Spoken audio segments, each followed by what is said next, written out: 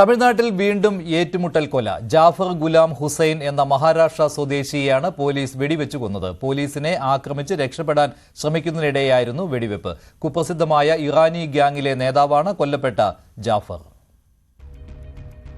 ചെന്നൈ വിമാനത്താവളത്തിൽ നിന്ന് ഇന്നലെ പിടികൂടിയ ജാഫർ ഗുലാം ഹുസൈനാണ് പോലീസുമായുള്ള ഏറ്റുമുട്ടലിൽ കൊല്ലപ്പെട്ടത്. താരാമണി റെയിൽവേ സ്റ്റേഷന് സമീപമായിരുന്നു നേർക്കുനേർ ഏറ്റുമുട്ടൽ. കവർന്നെടുത്ത സ്വർണം കണ്ടെത്താനുള്ള തെളിവെടുപ്പിനിടെ ഒളിച്ചുവെച്ചിരുന്ന തോക്കെടുത്ത് ജാഫർ പോലീസിന് നേരെ വെടിവെച്ചു. രക്ഷപ്പെടാൻ ശ്രമിക്കുന്നതിനിടെ ജാഫറിനെ പോലീസും വെടിവെക്കുകയായിരുന്നു. കഴിഞ്ഞ ദിവസമാണ് ബൈക്കിലെത്തി മാല പൊട്ടിച്ച് കടന്ന കേസിൽ ജാഫർ ഗുലാം ഹുസൈൻ ഇറാനിയെയും മിസാമും മേസം ഇറാനിയെയും പോലീസ് പിടികൂടിയത്. കുപ്രസിദ്ധമായ ഇറാനി സംഘത്തിൽ ഉൾപ്പെട്ടവരാണ് ഇവർ രണ്ടുപേരും. മഹാരാഷ്ട്രയിൽ നിന്ന് മറ്റ് സംസ്ഥാനങ്ങളിലെത്തി ബൈക്കുകളിൽ കറങ്ങി മാല പൊട്ടിച്ച് നാടുവിടുന്നതാണ് സംഘത്തിന്റെ രീതി.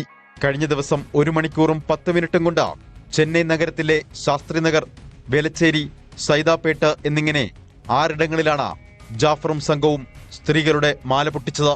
17 ലക്ഷം രൂപയുടെ ആഭരണം തട്ടിയെടുത്ത ശേഷം നാടുവിടാൻ ശ്രമിക്കുന്നതിനിടെയാണ് പോലീസ് പിടിയിലായത്.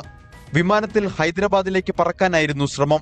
ടേക്ക് ഓഫിന് തയ്യാറായി നിന്ന വിമാനം പുറപ്പെടരുതെന്ന് എയർ ട്രാഫിക് കൺട്രോളർക്ക് നിർദ്ദേശം നൽകി സാഹസികമായാണ് ഇവരെ ചെന്നൈ പോലീസ് വലയിലാക്കിയത്. കൊള്ളസംഘത്തിലെ 3-ാമനെ ട്രെയിനിൽ രക്ഷപ്പെടാൻ ശ്രമിക്കുന്നതിനിടെ ആന്ധ്രയിൽ നിന്നും പോലീസ് പിടികൂടി. വിവിധ സംസ്ഥാനങ്ങളിലായി 50-ലേറെ കേസുകളിൽ പ്രതിയാണ് കൊല്ലപ്പെട്ട ജാഫർ. ചെന്നൈ സിറ്റി പോലീസ് കമ്മീഷണറായി ADGP അരുൺ ചുമതലയേറ്റതിനു ശേഷം നടക്കുന്ന 4-ാമത്തെ ഏറ്റുമുട്ടൽ കൊലയുടെ അമ്പരപ്പിലാണ് ചെന്നൈ നഗരം. ന്യൂസ് 18 ചെന്നൈ.